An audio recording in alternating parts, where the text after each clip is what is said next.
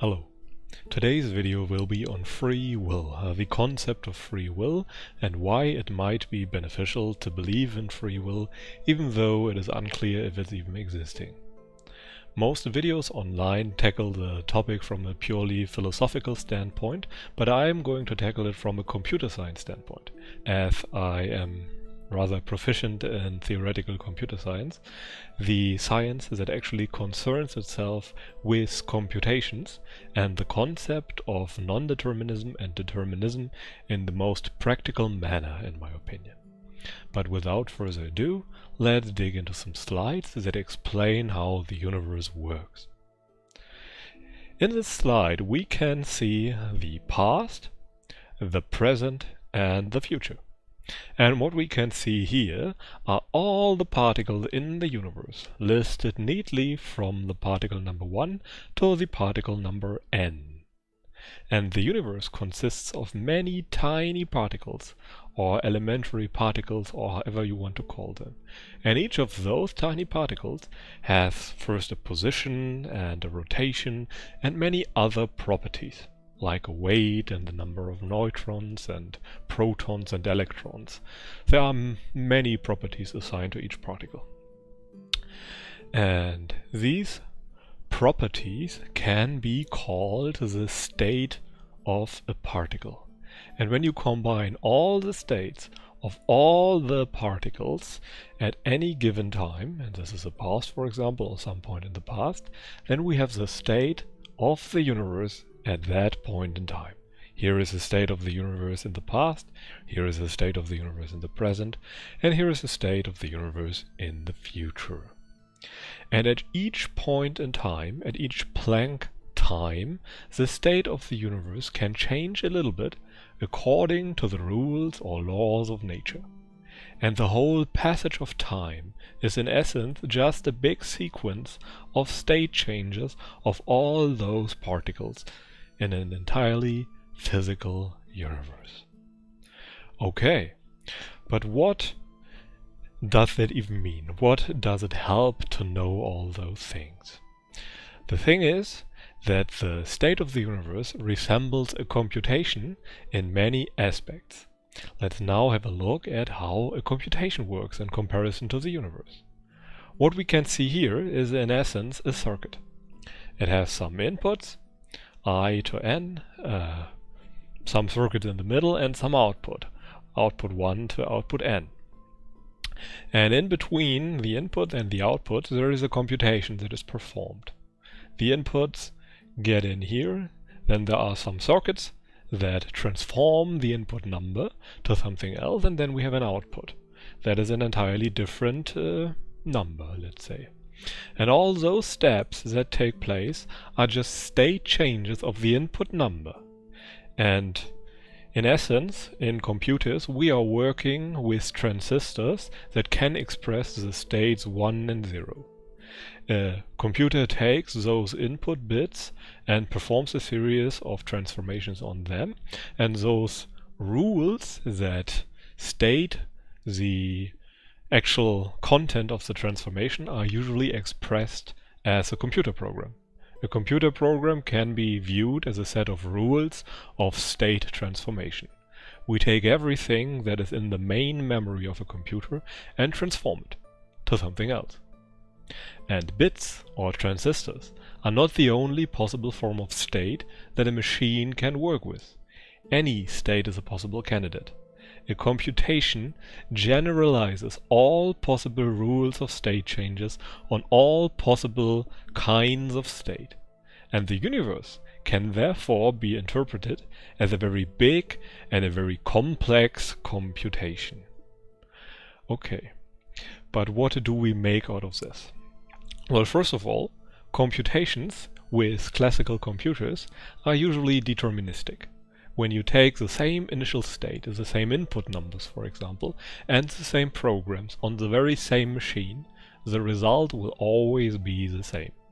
There is nothing random about the computation.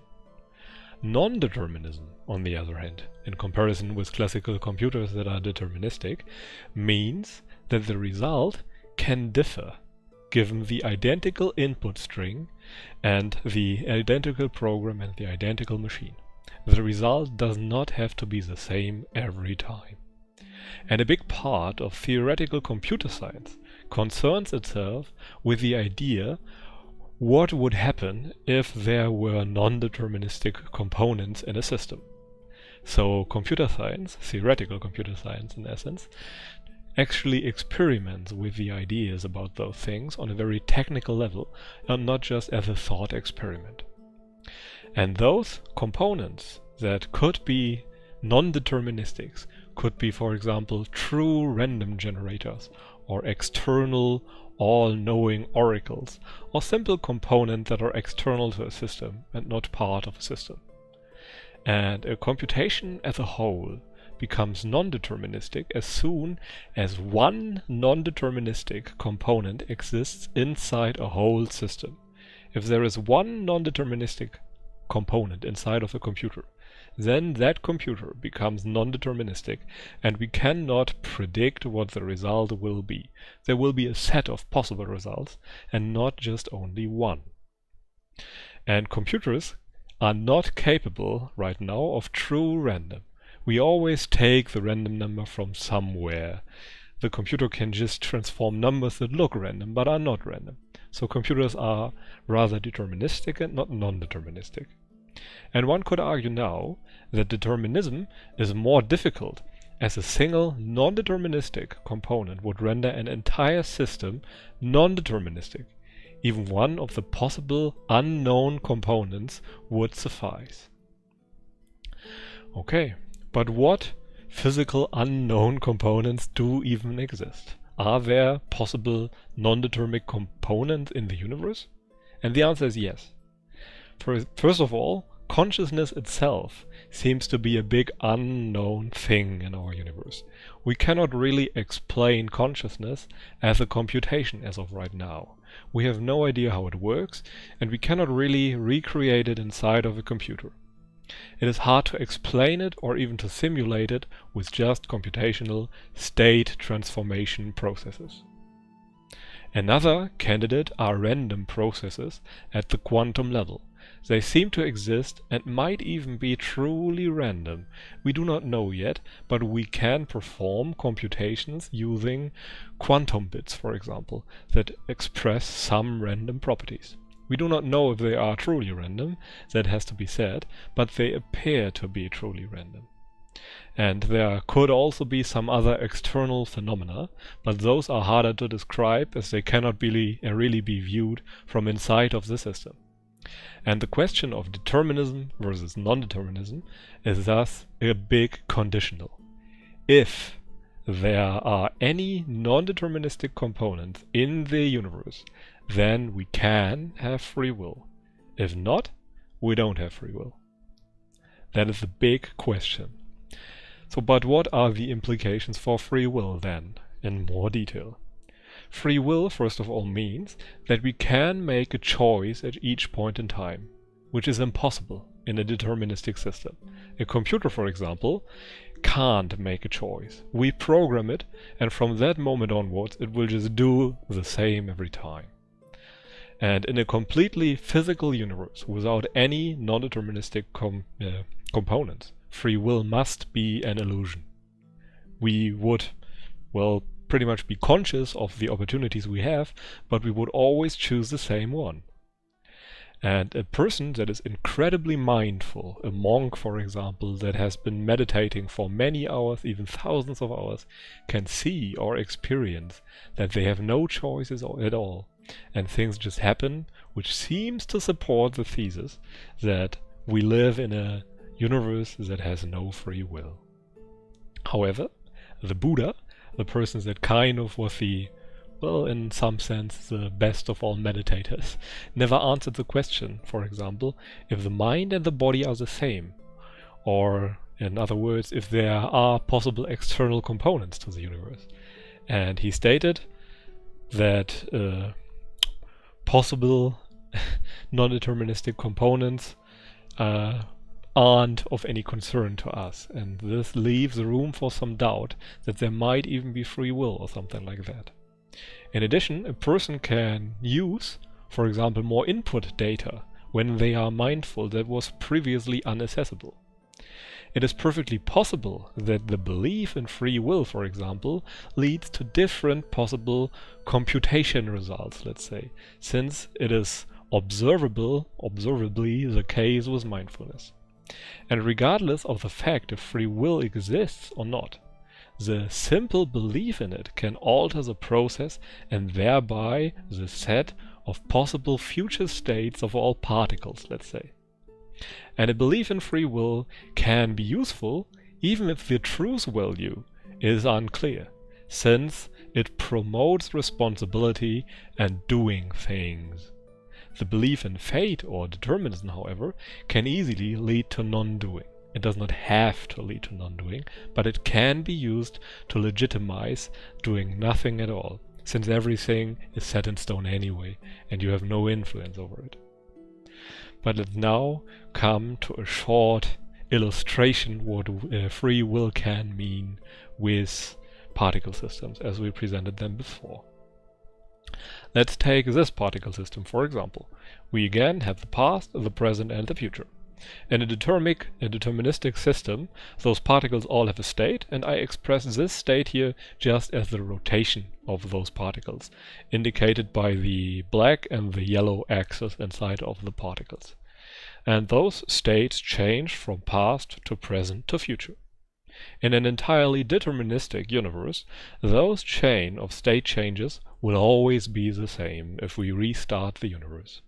Free will, however, would mean that this chain of state changes that leads to this possible future can be manipulated, and the influence of this particle that might be the particle that determines your consciousness can alter the future. And maybe the state of this particle might not change, but the state of this particle. And this would lead to an entirely different set of possible outcomes. And this is rather interesting, as this would mean that we have free will, for example, or can have free will at least, as there are possible futures we could theoretically choose from. And now to one additional interesting point, and that is the point of mindfulness and the point that free will might alter the possible set of future states. When we look at mindfulness, we have suddenly more input values that can influence the computation. If you aren't mindful, you can't really access all the possible inputs that are available to your mind at any given time. When you train yourself in mindfulness, for example, you have an additional set of inputs that can influence the future.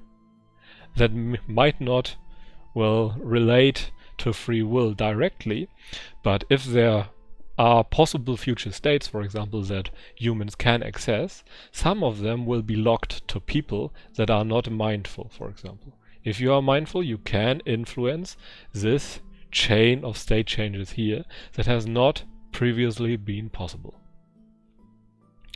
Okay, but let's now come to a summary to properly digest all this information. What have we learned today? First of all, the universe consists of a list of tiny particles that has a state at each point in time, and those state changes over time are governed by the laws of nature. And the universe can thus be regarded as a huge computation if it is purely physical. And even if it is not purely physical, it can also be regarded as a computation with non-deterministic parts. And if non-deterministic components, like random effects, exist, free will is possible. But that is unclear, since we cannot wind back in time and try again and see if the result is any different. However, just like mindfulness gives you more inputs that can influence your choices, the belief in free will can possibly do the same. So, free will, or the belief in free will, is not without consequences. That is very important to notice. And some possible future states are inaccessible without the appropriate precondition, regardless if free will exists or not. If you believe in choice and consequences of your choice, then your choices might be different as the measurement of a system influences the outcome.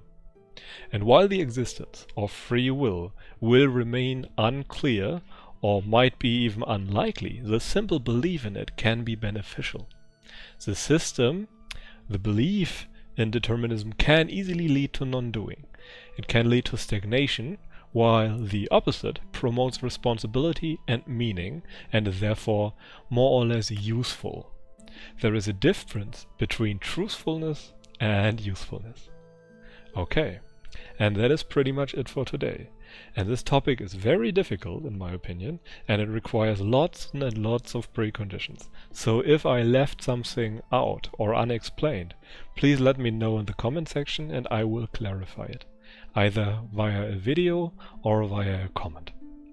And if you like this kind of content, feel free to leave a like to this video and maybe subscribe to the YouTube channel. And until then, I wish you a pleasant day and goodbye.